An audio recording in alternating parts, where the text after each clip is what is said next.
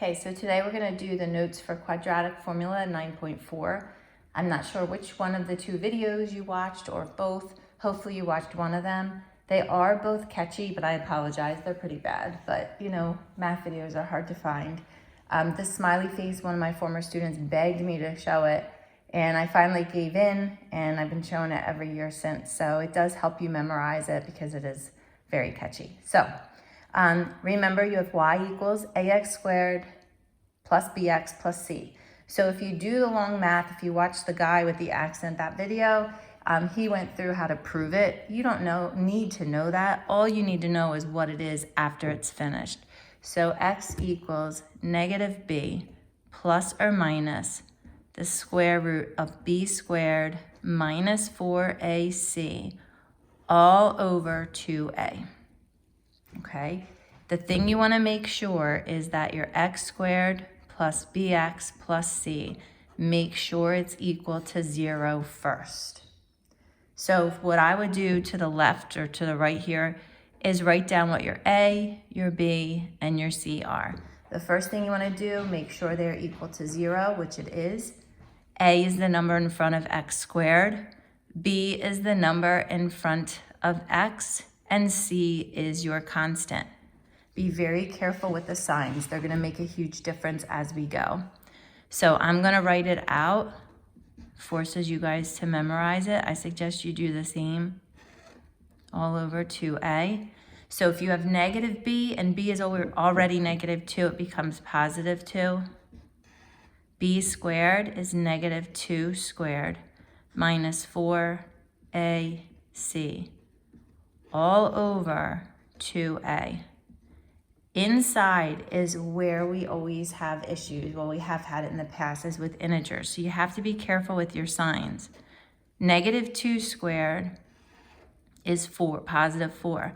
Now you have a negative 4 times 1 times a negative 24. So you see two negatives here. That's going to become positive. So be very careful. That's where the common errors lie. So then you want to do 2 plus or minus square root of 100 all over 2. The very last thing you do is divide by 2. So you have 2 plus or minus 10 over 2. So 2 plus 10 is 12 over 2. 2 minus 10 is negative 8 over 2. So you get 6 or negative 4.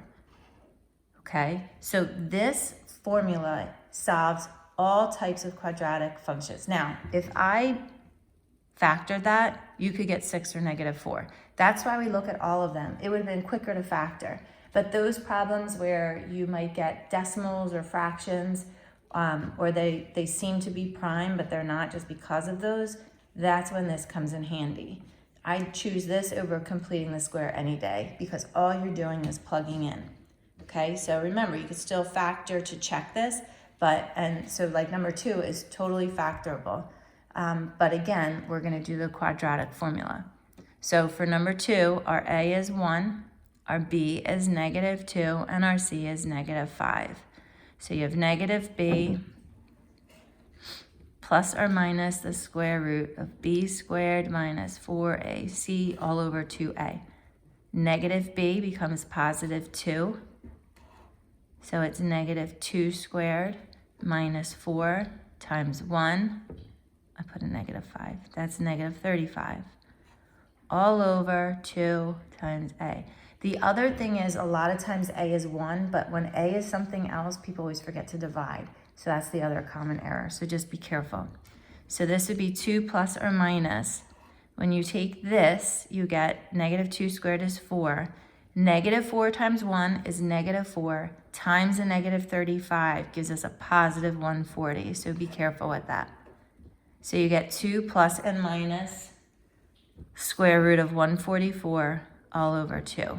So this comes out nice. It comes out even. So it would be 2 plus 12 over 2. And then 2 minus 12 over 2. So you get 14 over 2, which is 7. And then you get negative 10 over 2, which is negative 5.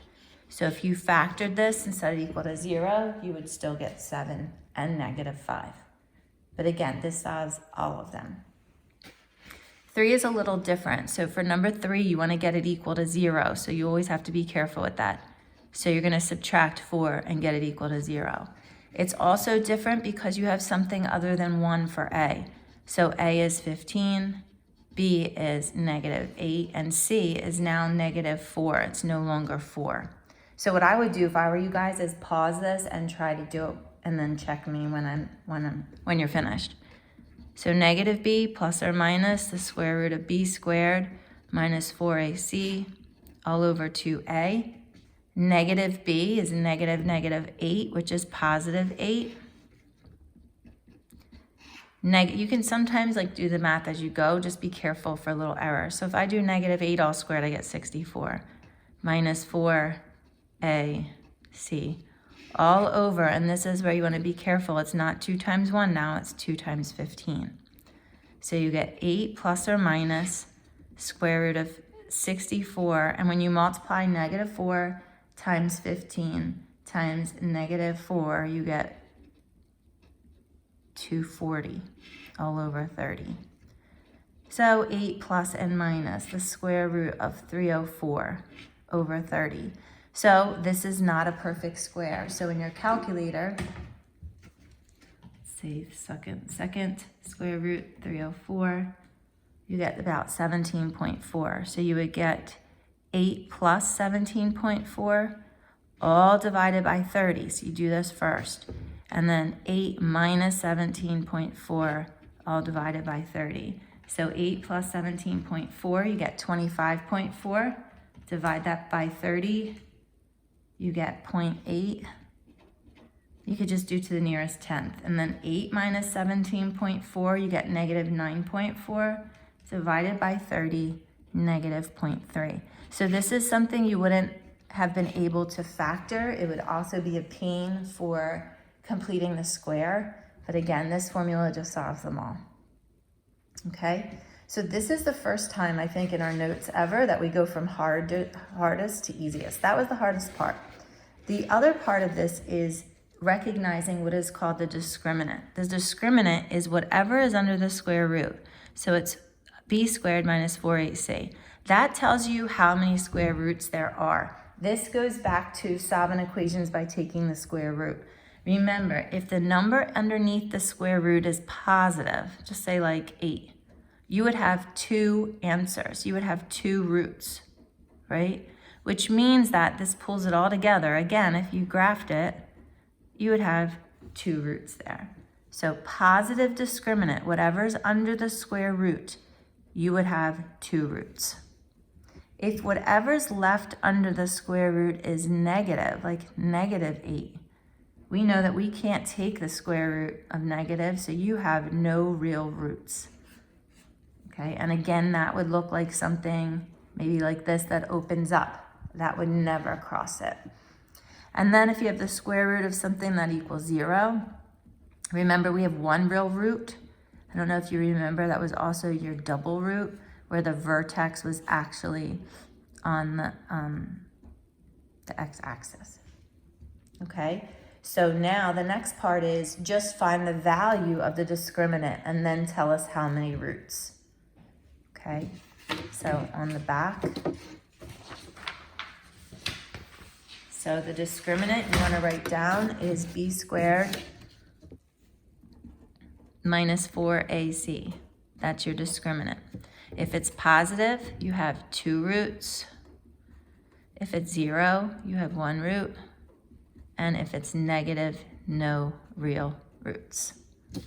Okay, so for the first one, I would write down what your A is. Make sure it's equal to 0 first, which it is. Your A is 4, your B is -2, and your C is 14. So all we're going to do is do B squared minus 4AC. So you're going to do -2 squared minus 4 times 14. So we get 4 here. -4 times +4 times 14 is -224.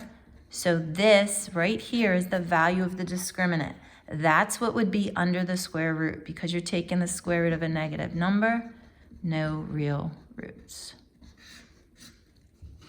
Same thing for 2. Be careful here, it's not equal to 0.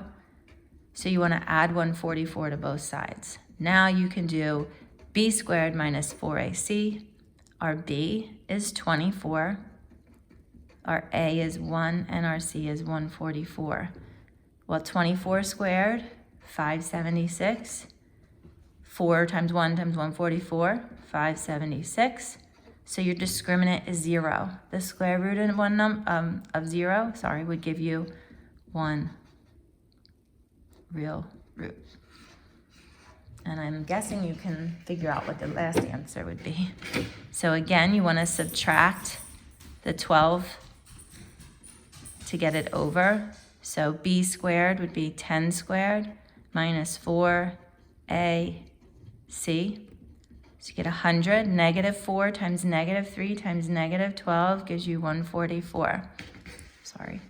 So you get 244. It's a positive number. 2 real roots. They're not asking you to totally factor. Okay? So that's the formula. This is the discriminant, tells you how many roots. And then you'll do an assignment. On the next 2 days, we'll do practice on this. Okay, have a great one.